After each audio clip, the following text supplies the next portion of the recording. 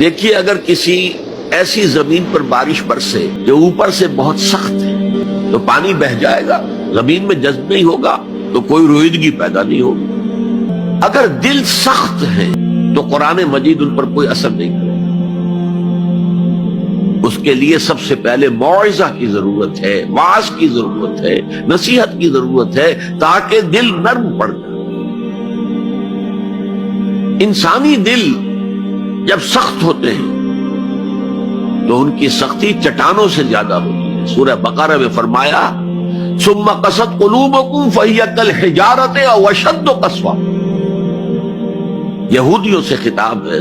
ثم قست قلوبکم من بعد ذلک فہی کالحجارۃ او اشد قسوۃ، اے بنی اسرائیل تمہارے اس طرز عمل کے نتیجے میں تمہارے دل سخت ہو گئے اور اب وہ پتھروں سے زیادہ سخت ہے۔ لہذا سب سے پہلے ضرورت کیا ہے؟ دل کی زمین کو نرم کیا جائے، اس میں ہل چلایا جائے۔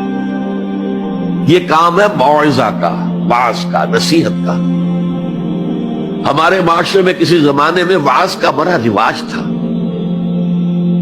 آج کل یہ چیز ختم ہو گئی، بلکہ واعظ کو گھٹیا بات سمجھا جاتا ہے۔ بھائی کوئی عقلی بات کرو، کوئی علمی بات کرو، تم تو واعظ کہہ رہے ہو، گویا کہ واعظ گھٹیا چیز ہے۔ نہیں، واعظ سے دل میں رقت پیدا ہوتی ہے، نرمی پیدا ہوتی ہے۔ تو قرآن مجید ہی سب سے بڑا موعظہ ہے۔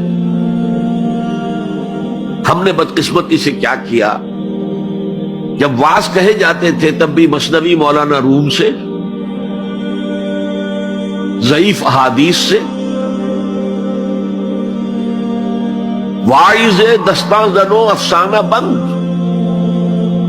واعظ بڑے اونچے اونچے ہاتھ چلا کر اور افسانہ جو ہے بیان کر رہا ہے، لیکن اس کا حال کیا ہے؟ از خطیب و دیلمی گفتار اوست، با ضعیف و شاذ و مرسل کار اوست۔ وہ خطیب بغدادی یا دیلمی کی جو احادیث ہیں، جو سب سے گھٹیا درجے کی کتاب حدیث کی، سب سے کم تر درجے کی کتاب حدیث کی، ضعیف کتابوں کے یوں سمجھئے کہ بہت بڑے مجموعے، وہاں سے وہ حدیثیں لا رہا ہے۔ الضعیف و شاذ و مرسل کارے ہو، ضعیف حدیث، شاذ حدیث، مرسل حدیث سے وہ بیان کر رہا ہے۔ قرآن سے اس کا کوئی تعلق نہیں۔ قرآن مجید سب سے بڑا واعظ ہے۔ یا ایھا الناس قد جاءتکم موعظۃ، یہ دل کو جب نرم کرتا ہے تو پھر اس میں جذب ہوتا ہے، یہ سیکنڈ سٹیپ ہے اس کا۔ اور جب دل میں جذب ہوگا تو دل کے اندر کی بیماریوں کو دور کر دے گا۔ دل کے اندر کی بیماریاں کون سی ہیں؟ تھرومبوسس نہیں، انجائنا نہیں، وہ اور ہے۔ وہ دل کی بیماریاں جن کے لیے قرآن شفا ہے، وہ ہے تکبر، حسد، حب مال۔ یہ ہیں وہ چیزیں کہ جو اصل ہیں، جو دل کے امراض ہیں، ان سب کو جڑ سے نکال کر پھینک دے گا قرآن حکیم۔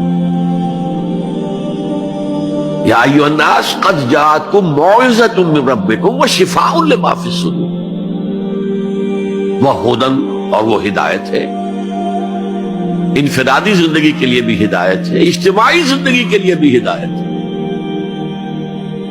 کبھی اگر سورہ فاتحہ پر آپ غور کریں جو ہماری نماز کا جزو لازم ہے، تو ہم پہلے کہتے ہیں الحمدللہ رب العالمین الرحمن الرحیم مالک یوم الدین ایاک نعبد و ایاک نستعین۔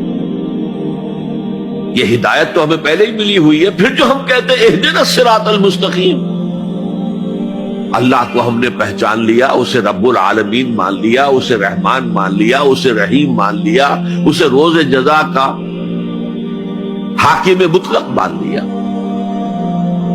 تو اب کون سی ہدایت رہ گئی؟ ہدایت تو آ گئی۔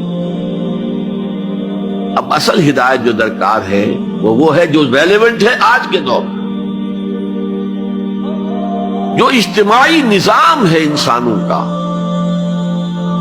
اس کے لیے انسان بالکل بے بس، اس کی عقل جو ہے اجتماعی نظام عدل قائم نہیں کر سکتی۔ انفرادی طور پر نیکی اور بدی کا علم میرے اور آپ کے نفس کے